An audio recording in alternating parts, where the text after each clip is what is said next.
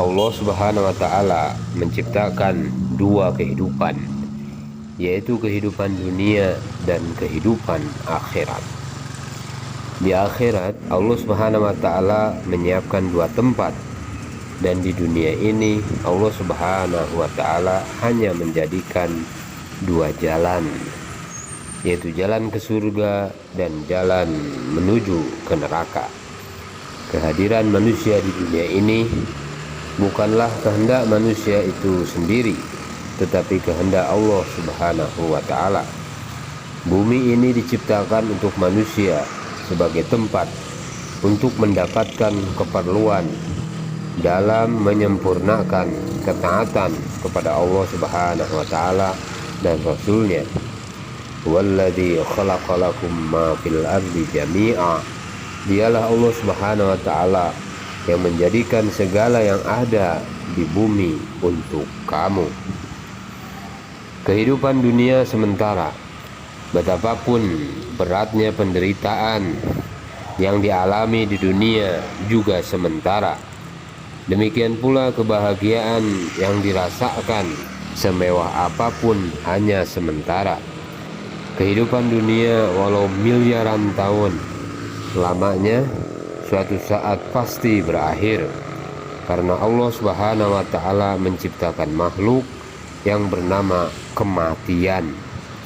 Kehidupan di dunia walaupun sementara, tetapi sangat menentukan kehidupan selanjutnya, karena dunia diciptakan untuk persiapan akhirat, dan kematian adalah awal kehidupan selama-lamanya. Dalam hadis qudsi, Allah Subhanahu wa Ta'ala berfirman, "Ad-dunya khuliqat lakum wa antum khuliqtum lil akhirah." Dunia diciptakan untuk kalian, tetapi kalian diciptakan untuk kehidupan akhirat. Dunia adalah tempat beramal dan akhirat adalah darul jaza. Apa yang ditanam di dunia akan diperoleh di akhirat. Nabi Shallallahu Alaihi Wasallam bersabda, dunia adalah ladang akhirat. Barang siapa yang menanam kebaikan akan mendapat apa yang dia inginkan, dan barang siapa yang menanam keburukan akan mendapatkan penyesalan. Dunia bukanlah tempat bersenang-senang, sebab dunia bukanlah tempat tinggal, tetapi tempat meninggal. Dunia juga bukan tempat untuk beristirahat bagi orang yang beriman, sebab tempat peristirahatan adalah alam kubur.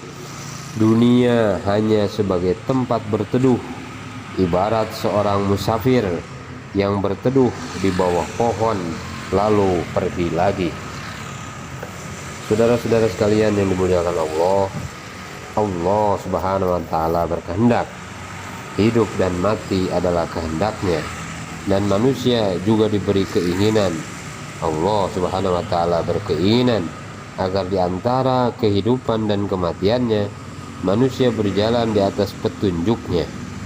Apabila manusia menyandarkan segala keinginannya kepada perintah-perintah Allah Subhanahu wa Ta'ala, maka Allah Subhanahu wa Ta'ala akan memenuhi segala keinginannya. Barang siapa yang menjadikan dunia sebagai ambisinya, maka Allah Subhanahu wa Ta'ala akan mencerai-beraikan urusannya, dan Allah Subhanahu wa Ta'ala akan menjadikannya fakir. Tidaklah ia akan mendapatkan dunia kecuali apa yang telah ditetapkan baginya. Dan barang siapa yang menjadikan akhirat sebagai niatnya, maka Allah Subhanahu wa Ta'ala akan menyatukan urusannya dan membuatnya kaya hati, serta ia akan diberi dunia walaupun ia membencinya. Namun jika mengikuti keinginan sendiri, maka Allah Subhanahu wa Ta'ala akan membuatnya sibuk dengan keinginannya tanpa ada rasa puas. Dan Allah Subhanahu wa Ta'ala akan menanamkan rasa kefakiran dalam kehidupannya. Barang siapa yang menjadikan segala macam keinginannya hanya satu, yaitu keinginan tempat kembali, yaitu akhirat, maka Allah Subhanahu wa Ta'ala akan mencukupkan baginya keinginan dunianya. Dan barang siapa yang keinginannya beraneka pada urusan dunia, maka Allah Subhanahu wa Ta'ala tidak akan memperdulikan dimanapun ia binasa. Saudara-saudara yang dimuliakan Allah, dunia bagaikan penjara bagi orang yang beriman. Karena itu ia tidak akan merasa betah di dunia ini, sebab tidak bisa bebas melampiaskan keinginan dan hawa nafsunya. Harus taat pada peraturan yang menciptakan penjara. Jika ingin sehat terus, suatu saat pasti merasakan sakit. Ingin awet muda, suatu saat akan tua. Dan jika ingin hidup terus, suatu saat akan mati. Nabi Shallallahu Alaihi Wasallam bersabda, yang artinya manusia itu digambarkan memiliki 99 faktor penyebab kematiannya. Jika faktor-faktor penyebab kematian itu tidak mengenainya, maka dia akan menjadi tua sehingga meninggal dunia. Hadis riwayat Tirmizi.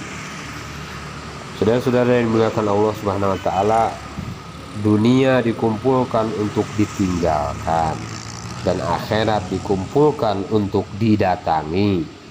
Orang yang paling pandai bukanlah orang yang mampu mengumpulkan harta sebanyak-banyaknya. Orang yang cerdas adalah orang-orang yang sibuk mengumpulkan amal soleh untuk menyiapkan kehidupan akhiratnya. Karena negeri akhirat hanya untuk orang yang membawa iman yang sahih dan amal yang soleh. Dunia ini tidak ada nilainya di hadapan Allah Subhanahu wa Ta'ala, tidak lebih berat dari sebelah sayap nyamuk. Rasulullah Shallallahu Alaihi Wasallam bersabda, yang artinya seandainya dunia berharga di sisi Allah daripada sebelah sayap nyamuk, niscaya dia, Allah Subhanahu wa Ta'ala, tidak akan memberi minum darinya setetes air pun kepada orang kafir. Hadis riwayat Tirmizi.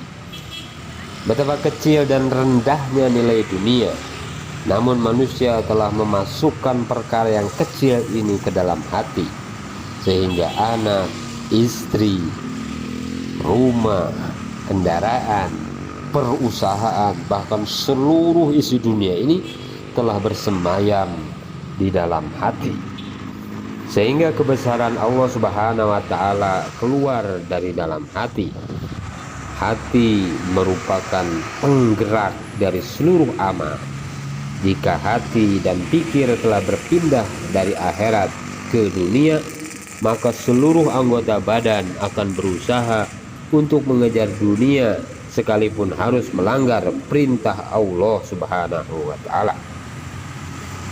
Ketentuan Allah Subhanahu wa Ta'ala tidak terjadi karena asbab. Keadaan di akhirat bukan dipengaruhi oleh banyaknya harta di dunia, tetapi hanya dipengaruhi dengan iman dan amal. Yauma la yanfa'u malun wala banun illa man atallaha biqalbin salim, yaitu pada hari ketika harta dan anak-anak tidak berguna kecuali orang-orang yang menghadap Allah Subhanahu wa Ta'ala dengan hati yang bersih. Bila manusia beramal soleh, maka Allah Subhanahu wa Ta'ala mengubah keadaan menjadi baik, dan bila beramal salah, maka keadaan berubah menjadi buruk. Amalan manusia di dunia akan berdampak hingga di akhirat nanti.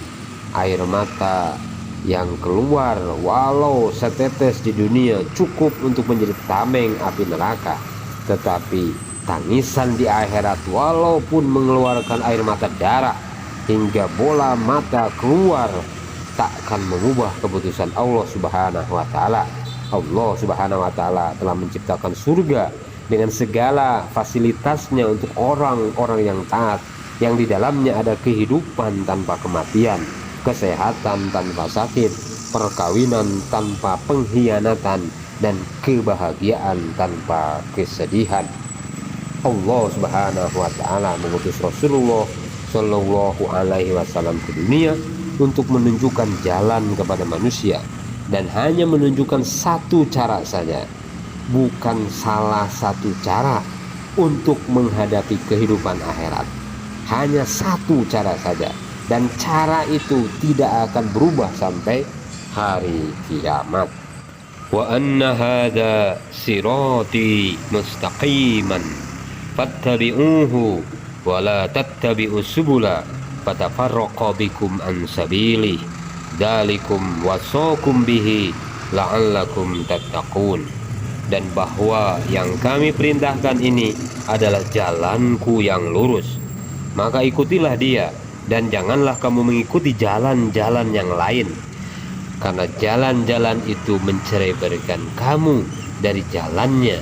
Yang demikian itu diperintahkan Allah Subhanahu wa taala kepadamu agar kamu bertakwa.